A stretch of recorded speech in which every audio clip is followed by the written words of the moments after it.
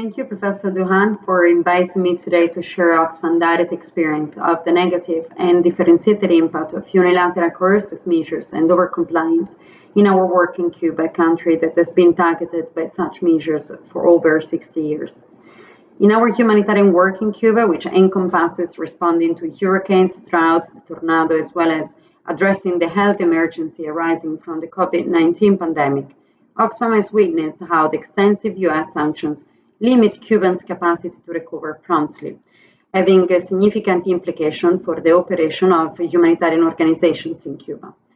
It exacerbates the challenges of delivering aid to the Cuban population, but particularly impacting those residing in remote rural areas and in vulnerable circumstances, who are the most exposed to climate change impacts. Yet, it is crucial that human rights remain at the core of humanitarian relief, which must be able to reach all those in dire need without any form of discrimination. Women's rights and gender equality lie at the heart of Oxfam humanitarian efforts in Cuba.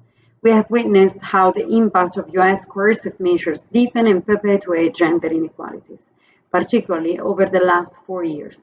Cubans have suffered growing shortages of food, medicine, transportation, electricity, and basic goods as a result of the further tightening of US sanctions, coupled with the pandemic.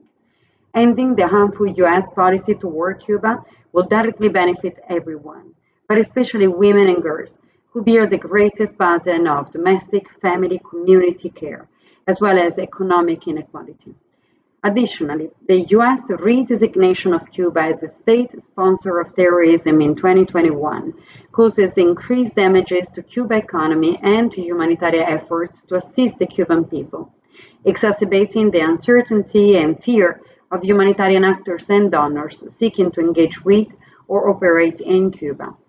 As a result, several financial institutions left the country within weeks, making it even more difficult now to find banks willing to do businesses with Cuba, even for humanitarian aid, and sending a warning signal to businesses worldwide who fear retaliation from the US government not complying with their unilateral coercive measures. In light of these challenges and obstacles created by the US sanctions, we have experienced persistent delays in the delivery of essential goods, challenges in finding products because they must be shown to meet all the necessary criteria, such as the origin of each component of the goods, which add an extra layer of complexity to the procurement process.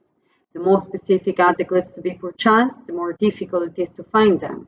We had to purchase goods from 4 different countries within a single contract because it was impossible for a supplier to find those goods in a single country, which involved intricate logistical coordination, complex quality control and documentation that requires additional time and effort as well as costs.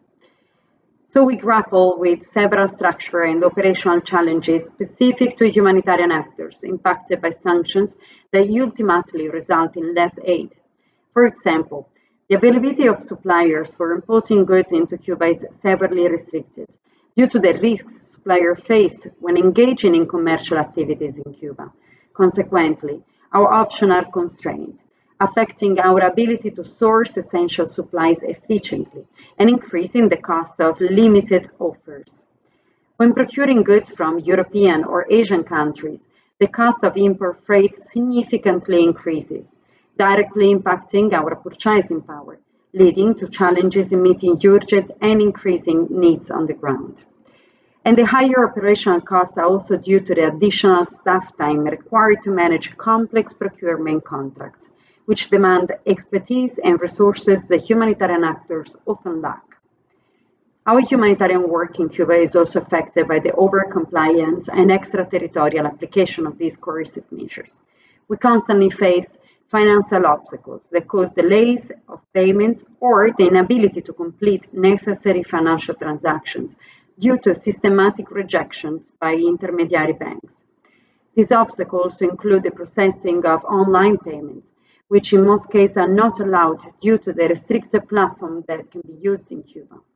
Therefore, in order to operate, we need to pay suppliers from abroad, without mentioning the country name, but using a coding system to ensure the necessary financial tracking, resulting in increased complexity of each financial transaction, as well as increased delays and costs. Access to funding from international financial institutions can also be a challenge.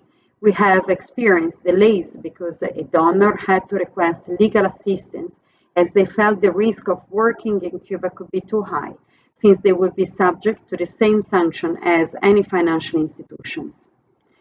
During a screening protocol a few years ago, our office in Cuba became aware that the supplier of a necessary service had been placed on the US government's specially designated nationals and blocked person list. We had to obtain a legal opinion before allowing further payments to the vendor, which caused delays in the implementation of our projects and increased costs for legal due diligence. While humanitarian aid is theoretically exempt from US sanctions, their complexity and aggressive enforcement hinder assistance from reaching those in need. Foreign entities facing severe penalties often find it safer to avoid supporting humanitarian work altogether. Cuba's chronic economic difficulties have escalated into a serious multiple crisis over the past 3 years, and the US sanctions are deepening the current unprecedented crisis. The US administration should take immediate action to end these harmful sanctions that obstruct humanitarian assistance to Cuba. At the minimum, it should make humanitarian licensing and exceptions clear, transparent and precise, fast and easily accessible for those interested in providing assistance to the Cuban people. And it should end restrictions on delivery of goods, equipment and spare parts needed for humanitarian and development aid by eliminating restrictions on US-made content and on banking and financial transactions, including online payment processing, thereby removing the fear of repercussions and increasing the flow of assistance. We reiterate our call for the normalization of US and Cuba relations, especially the urgent removal of Cuba from the US list of state sponsors of terrorism. The Biden-Harris administration has the power and authority to make those changes now. Thank you very much.